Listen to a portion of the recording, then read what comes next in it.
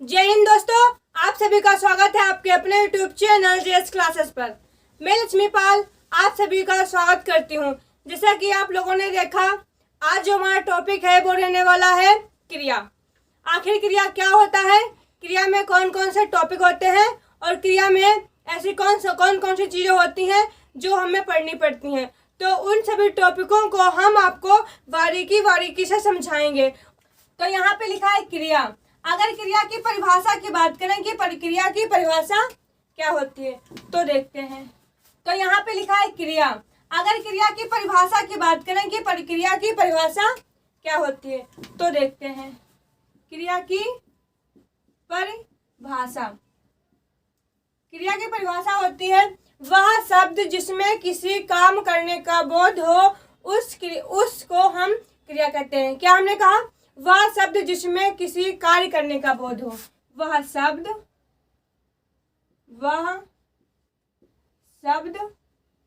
जिसमें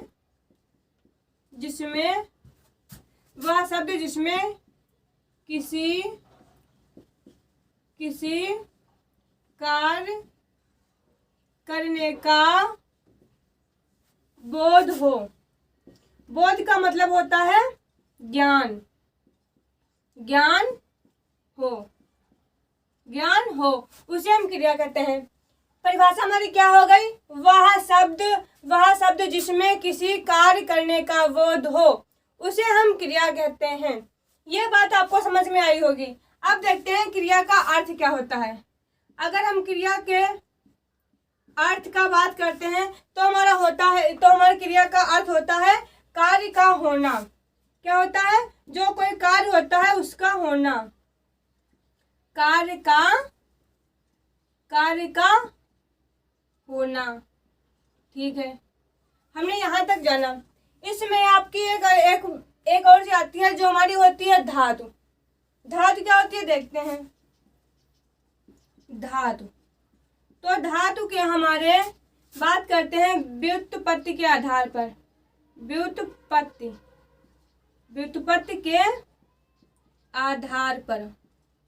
व्युत्पत्ति के आधार पर जो हमारी धातु होती है वह दो प्रकार की होती है। एक हमारी होती है मूल धातु और दूसरी हमारी होती है यौगिक धातु। पहली हमारी कौन सी होती है देखते हैं। पहली हमारी होती है मूल धातु और दूसरी हमारी होती है यौगिक धातु।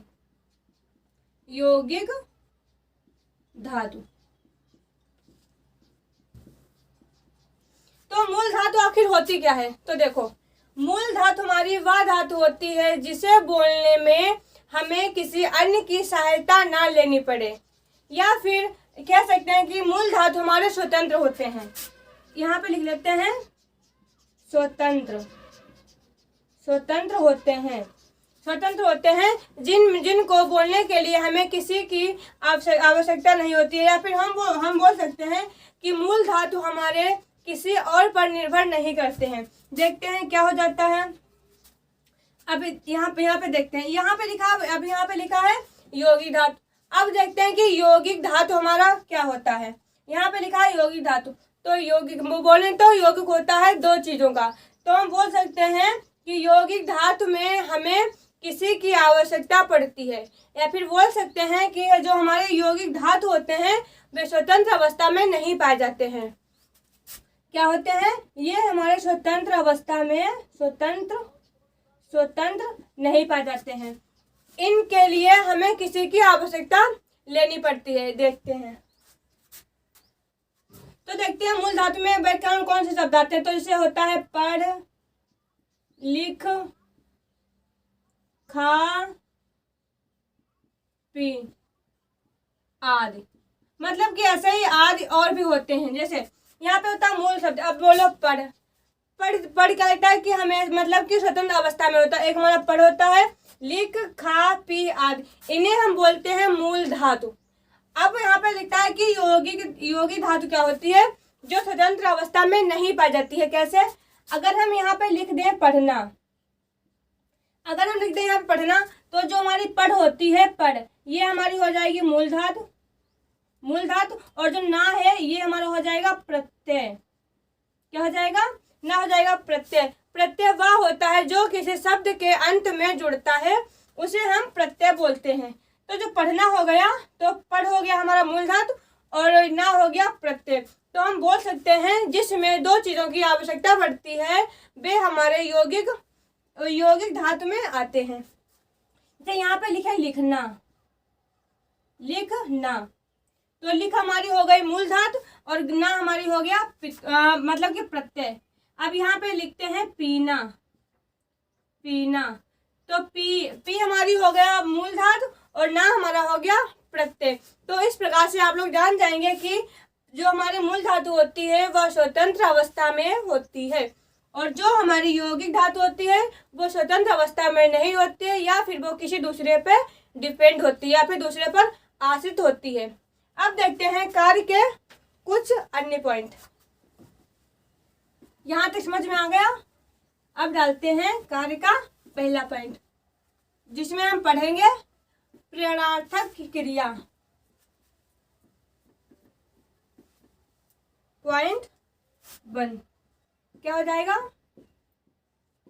प्रेरणार्थक क्रिया। प्रेरणार्थक क्रिया क्या होती है देखते हैं। यह क्रिया वह होती है जो कर्ता स्वयं कार्य ना कर किसी दूसरे से करवाए।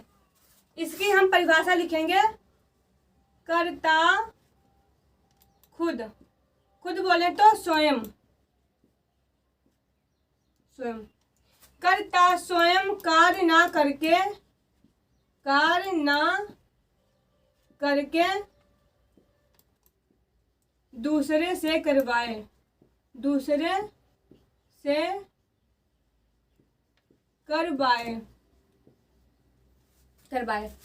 इसकी परिभाषा क्या होती है? जो इसमें कर्ता होता है वह स्वयं कार्य ना करके किसी दूसरे से करवाने के लिए कहता है। कैसे देखते हैं? फॉर एग्जाम्पल, जब एग्जाम्पल कोई हम देख लेते हैं तो उससे हमें समझ में आ जाता है। और यहाँ पर लिखा है प्रेरणार्थक क्रिया, तो इससे पूछेगा एग्जाम्पल से इसके पूछता है। कई बार इसकी परिभाषा से भी क्वेश्चन आ जाता है कि वह कौन सी क्रिया है जिसमें कर्ता स्वयं कार्य ना कर किसी दूसरे से करवाता है। तो हमारी हो जाएगी प्रेरणार्थक क्रिया। अब देखते हैं इसके एग्जाम्पल। तो इसका अगर हम इसका एग्जाम्पल देखें तो हो जाएगा रानी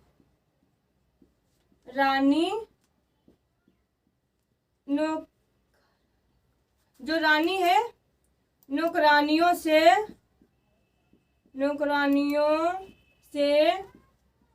कार्य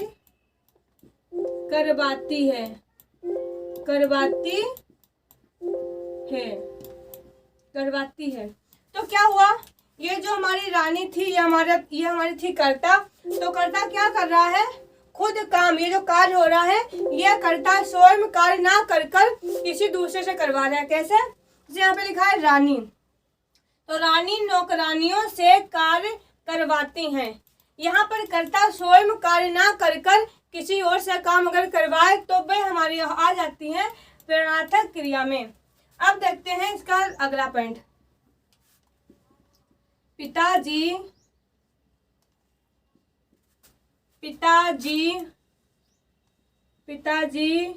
बेटे से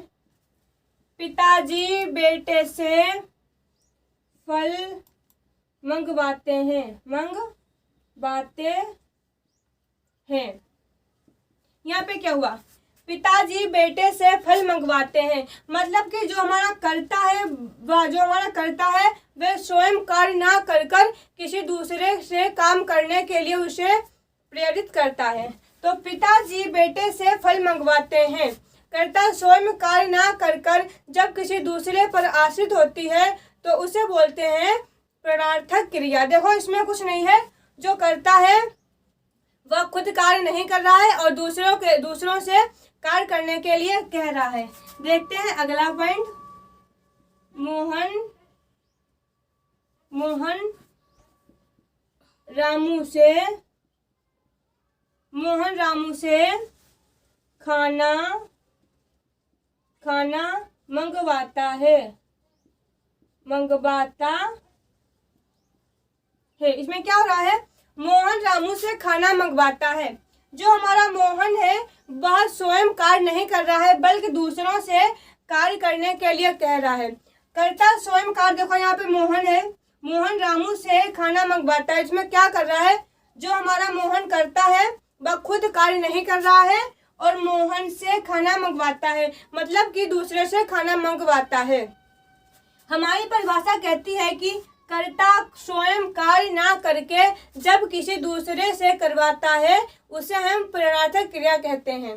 जैसे हम बोल दें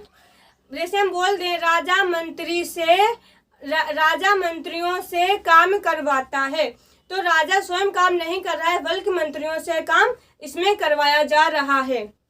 अब हम उम्मीद करते हैं कि आपको हमारी एक क्रिया अब समझ में आ गई होगी। अब बढ़ते हैं दूसरी क्रिया पर कि दूसरी क्रिया में क्या होता है, देखते हैं। दूसरी क्रिया हमारी हो जाएगी नाम धातु क्रिया। क्या हो जाएगी, दूसरी क्रिया की बात करें तो हमारी हो जाएगी नाम धातु क्रिया। ठीक है, नाम धातु क्रिया। इसमें क्या होता है, क्रिया का प्रभाव संज्ञा या विशेषण पर पड़ता है। इसमें क्या होता है, इसमें बोल सकते हैं कि क्रिया का प्रभाव, इसकी परिभाषा क्या हो जाएगी, क्रिया का प्रभाव संज्ञा व विशेषण पर पड़ता है। विशेषण पर पड़ता है। हमने क्या, इस नाम धातु क्रिया क्या कहती है, क्रिया का प्रभाव संज्ञा व विशेषण पर पड़ता है, उसे ही हम नाम धातु क्रिया कहते हैं। विशेषण क्या होता है, देखते हैं एक बार। जैसे हमने यहाँ पे लिखी नीली गाय, यहाँ पे हमने लिखा नीली गाय, तो इसमें अगर पूछा जाए कि इसमें विशेषण क्या है, देखो ये हमारी रही गाय, ये हमारी गाय क्या होती है, संज्ञा। तो जो संज्ञा है गाय है पर कैसी है, तो नीली है। कैसी है, नीली है। तो जो संज्ञा है और गाय नीली है, ये हमारा होता है विशेषण, इसे ही हम बोलते हैं विशेषण। ये हमारी हो गई संज्ञा। और एक और इसका एग्जाम्पल देखते हैं। बात करते हैं काली मिर्च। अब देखो इसमें कैसे पहचानेंगे, देखो ये मिर्च तो हो गई, मिर्च है पर कैसी है, काली है। कैसी है, मिर्च तो है पर कैसी है, काली है। तो जो काली होगी ये हमारा हो गया विशेषण। क्या हो गया, ये हमारा हो गया विशेषण। आपकी अभी एक क्लास आएगी विशेषण वाली, उसमें हम सब आपको एकदम बारीकी से समझाएंगे विशेषण के और अन्य टॉपिक क्या होते हैं। अब बढ़ते हैं इसी पर देखते हैं। तो हमने आपको बताया नाम धातु क्रिया क्या होती है, क्रिया का प्रभाव जब संज्ञा या सर्वनाम संज्ञा या विशेषण पर पड़ता है उसे हम नाम धातु क्रिया कहते हैं। बात करते हैं यहाँ पर पहले पॉइंट की, हाथ से हथियाना। अब क्या हुआ, हाथ क्या था हमारा, संज्ञा। तो हाथ से हथियाना ये हमारी हो गई संज्ञा से, हाथ से हथियाना। ऐसा ही कई और एग्जाम्पल हैं जो हमारे ऐसे आ जाएं। देखते हैं दूसरा इसमें क्या हो जाएगा, लात से लतियाना। लात से लतियाना, ठीक है। बात करते हैं तीसरे पॉइंट की, ठंड से ठंडाना। ठंड से ठंडाना। तो हमने यहाँ तक देखा ठंड से ठंडाना। अब देखते हैं चौथा पॉइंट, दुख से दुखियाना। दुख से दुखियाना। यहाँ पे हमारा क्या हो गया, हमारा यहाँ पर हो गया दुख से दुखियाना। अब देखते हैं पांचवें पॉइंट की, क्या हो जाएगा, लाठी से लठियाना, लठियाना।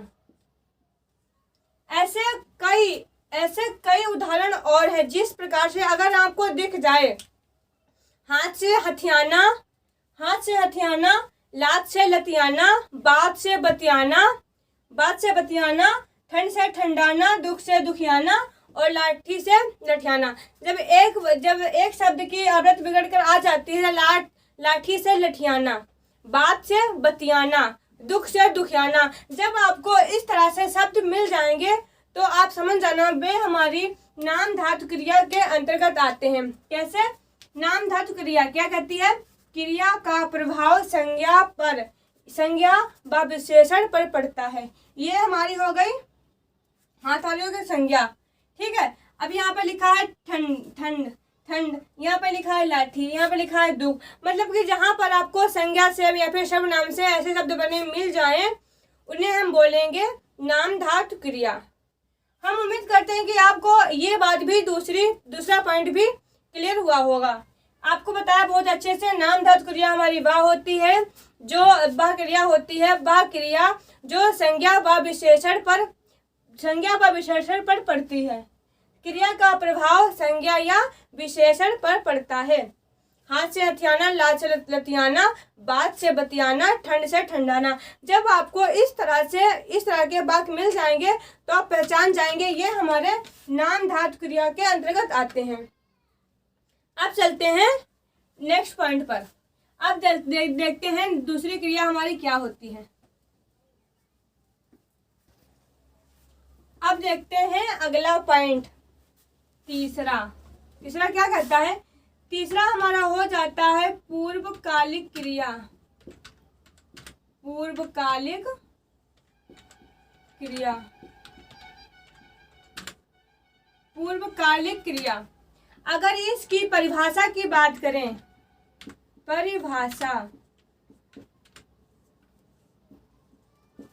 अगर पूर्वकालिक क्रिया की परिभाषा की बात करें तो क्या होती है? पहले तो आपको ऐसे समझाते हैं। देखो, जब कर्ता एक कार्य को करके किसी दूसरे कार्य को करने लगता है तो वहां पर होती है हमारी पूर्वकालिक क्रिया। जब एक कार्य खत्म होने के पश्चात, मतलब कि एक काम को कर लेते हैं, उसके बाद में जब हम दूसरा कार्य करने के लिए बैठते हैं, वहां पे हमारी होती है पूर्वकालिक क्रिया। तो इसकी हमारी परिभाषा हो जाती है, कर्ता एक कार्य को करके, जब कर्ता एक कार्य को करके दूसरा कार्य करने लगे। यहाँ पे क्या हो गया? कर्ता एक कार्य करके, मतलब कि जब उसका एक कार्य समाप्त हो जाएगा, तो कर्ता एक कार्य को करके दूसरा कार्य करने लगे। समझ में आई बात? अब देखते हैं इसके एग्जाम्पल क्या हो जाएंगे। देखो, पुजारी ने नहाकर पूजा की। उसने क्या किया? पहले तो एक बार नहा लिया, एक कार्य हो गया। एक कार्य को समाप्त करने के बाद दूसरा कार्य किया। कौन सा? पूजा की। तो लिखते हैं, पुजारी ने नहाकर पूजा की। पुजारी ने नहाकर पूजा की। तो क्या हुआ? पहले तो पुजारी ने नहाया, एक काम हो गया। एक कार्य को समाप्त कर फिर उसने दूसरे काम को किया। क्या किया? पूजा की। अब करते हैं दूसरे पॉइंट की बात। राधा ने पढ़ाई करके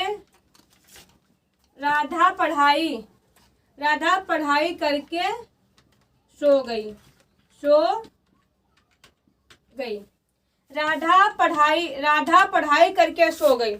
तो देखो, राधा ने क्या किया? पहले तो राधा ने पढ़ाई की, पढ़ाई करके मतलब कि राधा ने पढ़ाई को समाप्त किया और एक कार्य को समाप्त होने के बाद जब कर्ता दूसरे कार्य को करता है, सो गई।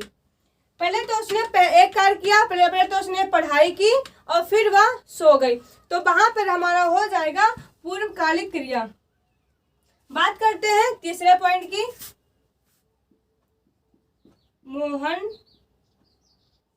मोहन खाना खा के खेलने गया।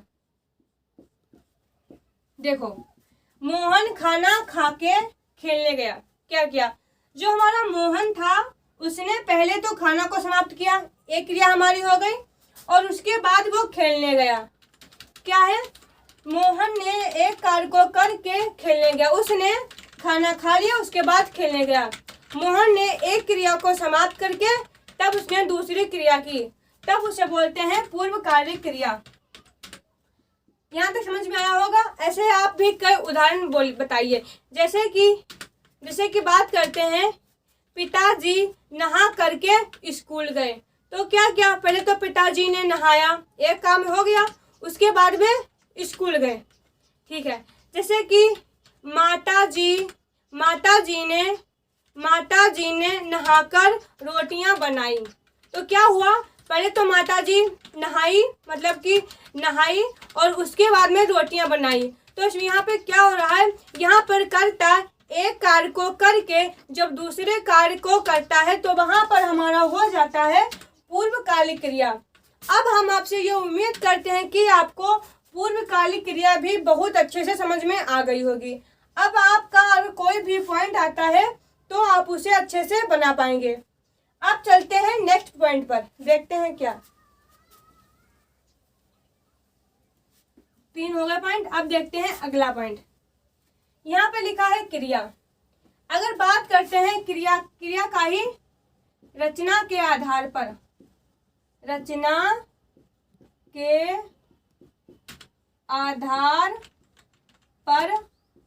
क्रिया। तो बात करते हैं रचना के आधार पर क्रिया कितने प्रकार की होती है। तो रचना के आधार पर क्रिया हमारी होती है 2 प्रकार की। ठीक है। कौन कौन सी? पहली हमारी होती है सकर्मक क्रिया, और दूसरी हमारी हो जाएगी अकर्मक क्रिया। कौन सी हो जाएगी?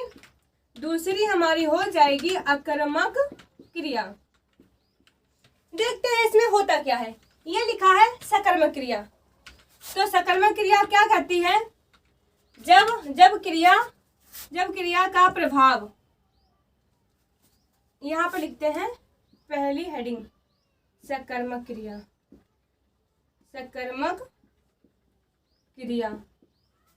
तो क्या होती है देखते हैं। जब क्रिया का प्रभाव कर्म पर पड़े या फिर कर्म पर पड़ने की संभावना हो। क्या? जब क्रिया का प्रभाव कर्म पर पड़े या संभावना हो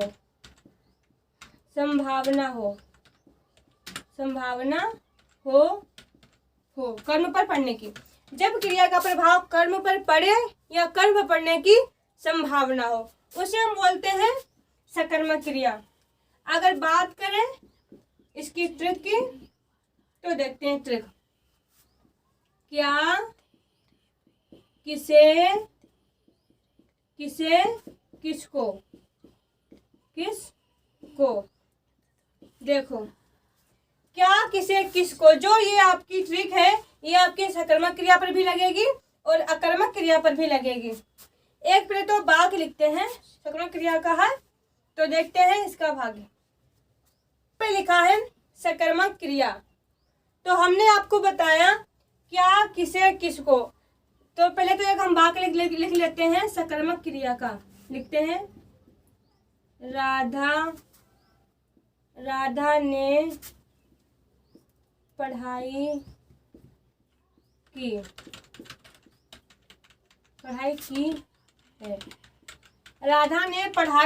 है। राधा ने पढ़ाई की है। तो देखो पढ़ाई हमारी क्या हो गई, कर्म हो गया, पढ़ाई कर्म हो गया।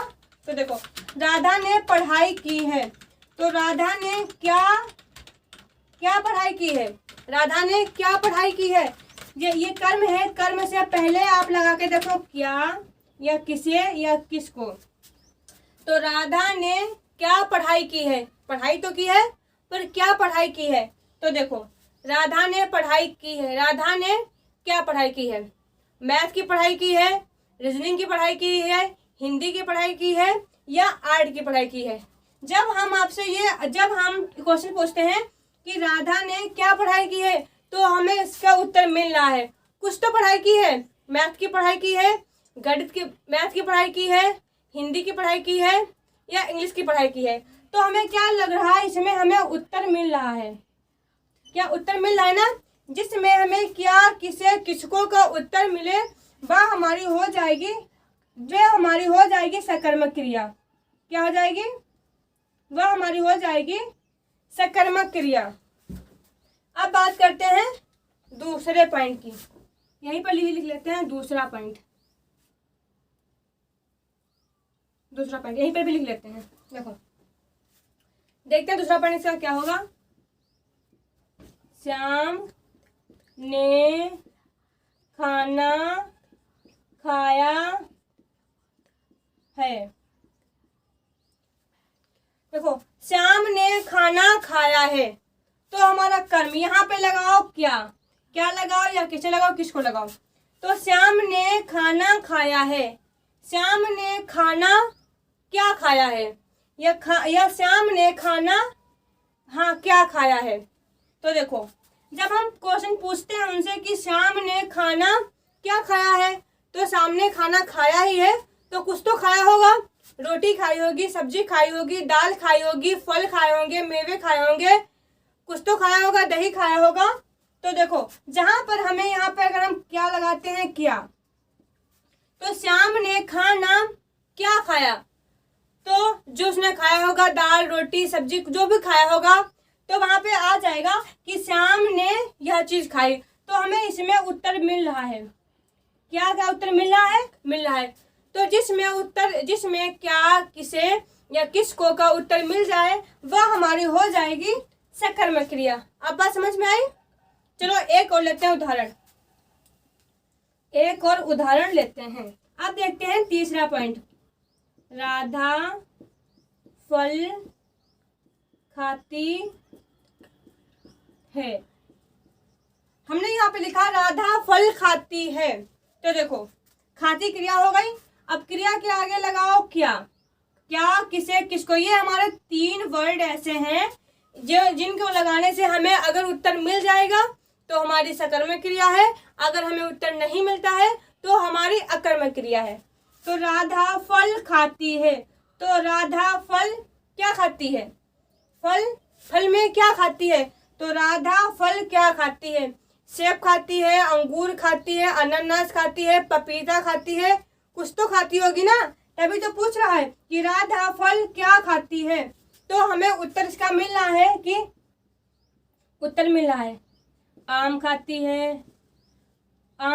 है, केला खाती है या सेब खाती है, मतलब हमें उत्तर मिल रहा है ना। तो ये हमारी हो जाएगी अकर्मक क्रिया। जिसमें हमें उत्तर मिल जाए वह हमारी होती है सकर्मक क्रिया, जिसमें हमें उत्तर ना मिले वे हमारी हो जाएगी अकर्मक क्रिया। अब हम बात करते हैं, हम उम्मीद करते हैं कि आपको यहाँ तक समझ में आया होगा कि सकर्मक क्रिया क्या होती है। अब हम देखते हैं अकर्मक क्रिया। डालेंगे ये पढ़िए दूसरी हेडिंग, यहीं पर हम लिख देते हैं अकर्मक क्रिया की पहचान क्या होती है। क्रिया का प्रभाव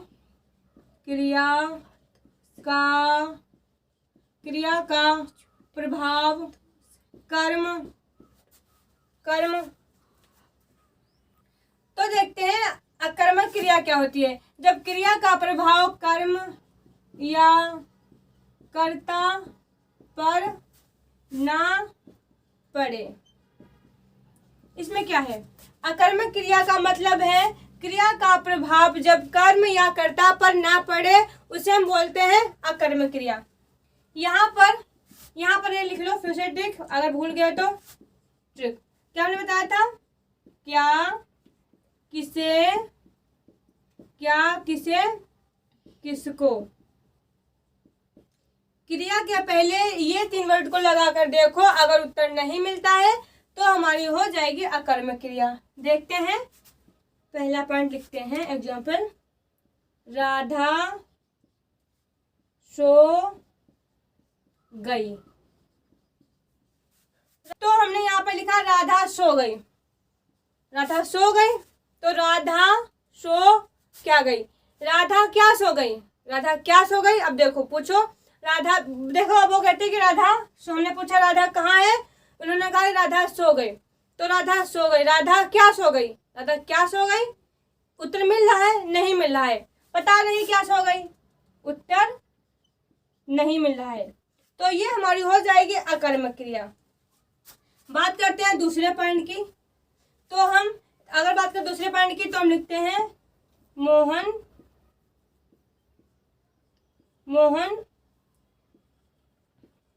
कूदने लगा।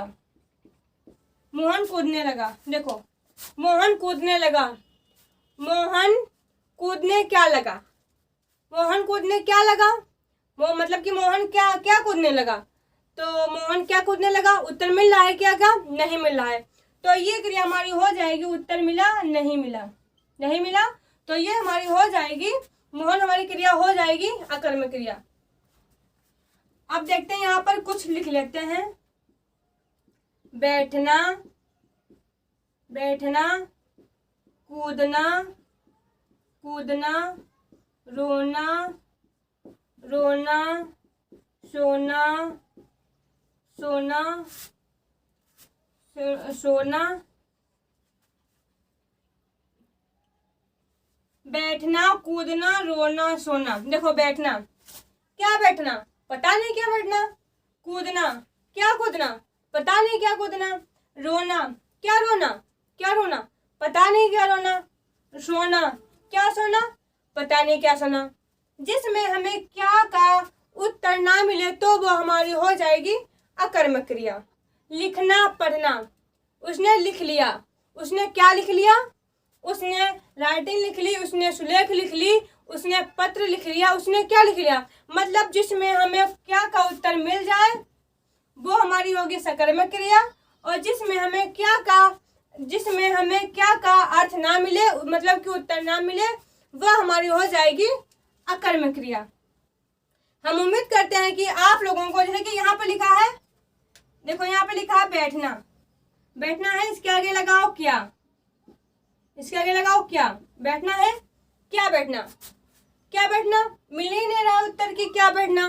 तो जिसमें हमें उत्तर ना मिले वह हमारी हो जाएगी अकर्मक क्रिया। हम उम्मीद करते हैं कि आप लोगों को अब इतना समझ में आया होगा। अब चलते हैं आपके अगले पॉइंट पर।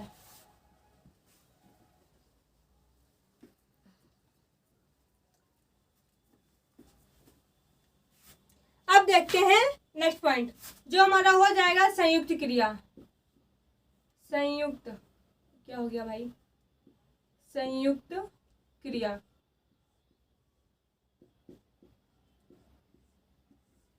देखो यहाँ पे क्या लिखा है? संयुक्त। संयुक्त में क्या होता है? जब दो या दो से चीजें कोई आपस में मिल रही होती हैं, उन्हें बोलते हैं संयुक्त। अगर इसकी परिभाषा की बात करें तो देखते हैं क्या होता है। दो या दो से अधिक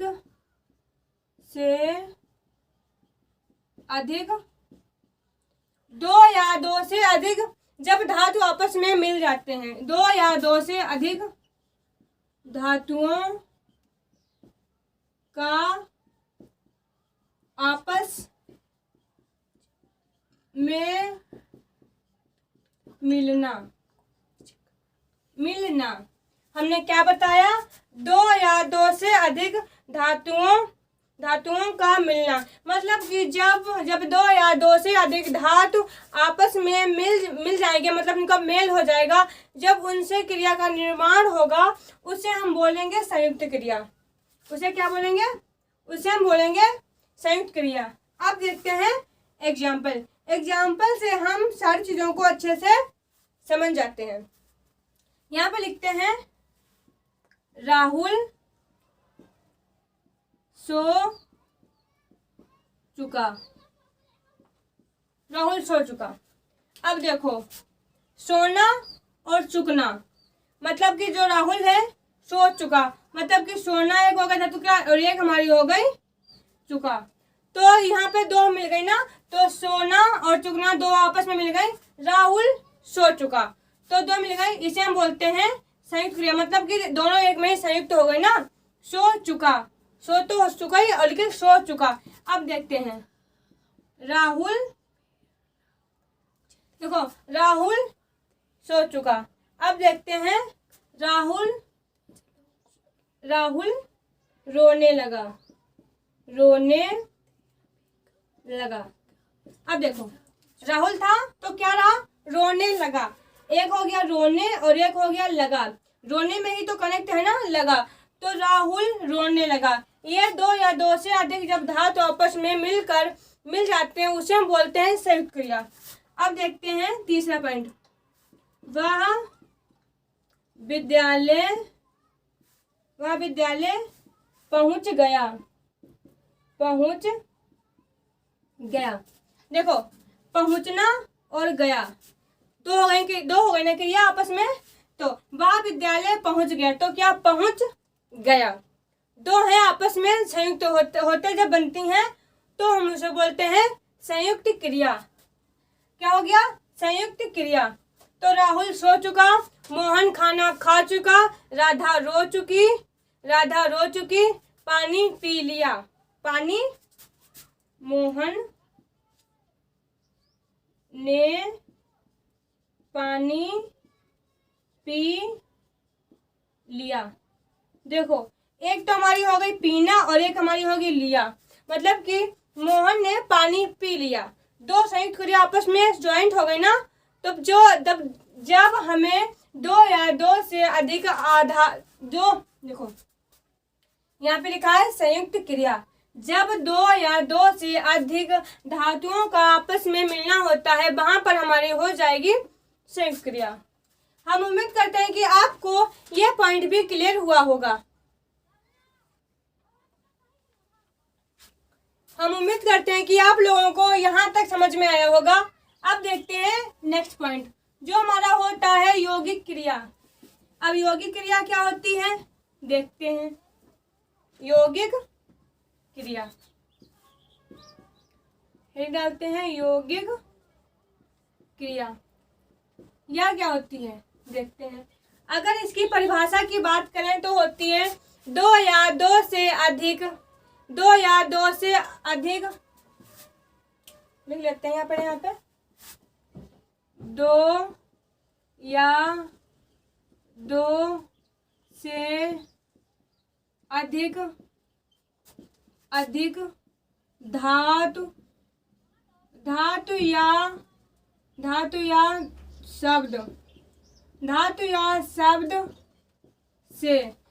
या शब्द से या प्रत्यय लगाने से, क्या प्रत्यय लगाने से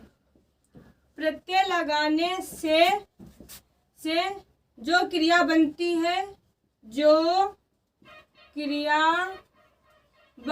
है उसे हम यौगिक क्रिया कहते हैं। तो यहाँ तक समझा। यहाँ पे लिखा है यौगिक क्रिया क्या होती है, जब दो या दो से अधिक धातु या शब्दों से या शब्दों में प्रत्यय लगाने से जो क्रिया बनती है। हमने आपको बताया था जो हमारे प्रत्यय होते हैं वे शब्द के लास्ट में जुड़ते हैं। बात करते हैं पढ़ना। हमने अभी आपको बताया था, एक बार से देखते हैं पढ़ना। तो पढ़ हमारी हो गई मूल धातु और ना हमारा हो गया प्रत्यय। क्या हो गया प्रत्यय। ना आई ई ये जितने होते हैं ये हमारे प्रत्यय होते हैं। अब देखते हैं इसके उदाहरण की। तो इतना हमने जान लिया कि दो या दो से अधिक धातु या शब्द से या फिर जिसमें प्रत्यय लगाने से जो क्रिया हमारी बनती है उसे हम यौगिक क्रिया कहते हैं। अब देखते हैं कुछ उदाहरण। जैसे यहाँ पे हो गया रोना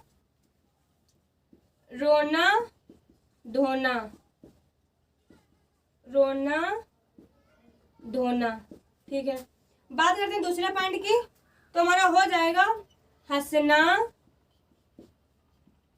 हंसना हंसाना, हंसना हंसना, यहाँ पे हो गया हंसना और हंसाना। तीसरा पॉइंट करें, चल देना, चल देना। चौथा पॉइंट की करें बात तो हो जाता है खा लेना, खा लेना। अब देखते हैं हम कैसे पहचानेंगे। देखो यहाँ पे लिखा है रोना, रोना हमारी हो गई मूल धातु और धोना हमारी हो गया एक कोई शब्द, धो, धो हमारा हो गया और ना हो गया धोना, धोना हमारा हो गया, धोना हमारा हो गया शब्द। यहाँ पे लिखा है हंसना, हंसना होता है, यहाँ पे हो गया हंसाना, मतलब कि यहाँ पे हमारा ना प्रत्यय जुड़ गया। तो जिसमें प्रत्यय हम जोड़ देंगे उससे प्रत्यय लगने से जो हमारी क्रिया में चेंजेस आएंगे, मतलब कि जब हमारी क्रिया में कोई बदलाव आएगा तो हम उसे बोलेंगे यौगिक क्रिया। यहाँ पे लिखा है चल देना, चल, चल एक हो गई, चल एक हमारी हो गई मूल धातु और देना, देना मतलब हमारा हो गया शब्द, जो ना हो गया ये हमारा प्रत्यय को बताता है। तो चल देना। अगर हम यहाँ पे लिखते हैं चलना, चलना, तो चल हमारी हो गई मूल धातु और ना हमारा हो गया प्रत्यय, ना हमारा क्या हो गया, ना हमारा हो गया प्रत्यय। यहाँ पर लिखा है खा लेना, खा लेना, खा लेना, मतलब कि ऐसे कई हमारे वर्ड, ऐसे हमारे कई और वाक्य बन जाते हैं जिसे हम ये अच्छे से पहचान लेंगे कि हमारी यौगिक क्रिया उसमें होती है, जिसमें हमें दो या दो से अधिक धातु या शब्द या शब्द में प्रत्यय लगाने से जो हमारी क्रिया में बदलाव आएंगे या फिर जो हमारी क्रिया में परिवर्तन होगा उसे हम बोलते हैं यौगिक क्रिया। हम उम्मीद करते हैं कि आपको हमारी आज की क्रिया की क्लास अच्छी लगी होगी। अगर आपको हमारी क्रिया की आज क्लास अच्छी लगी हो, तो अगर आपको लगा हो कि इसमें कुछ छूट गया हो तो आप हमें कमेंट में बताएं और हम आपको फिर से बताएंगे। तो फिर मिलते हैं आपको नेक्स्ट वीडियो में, तब तक के लिए जय हिंद, जय भारत माँ।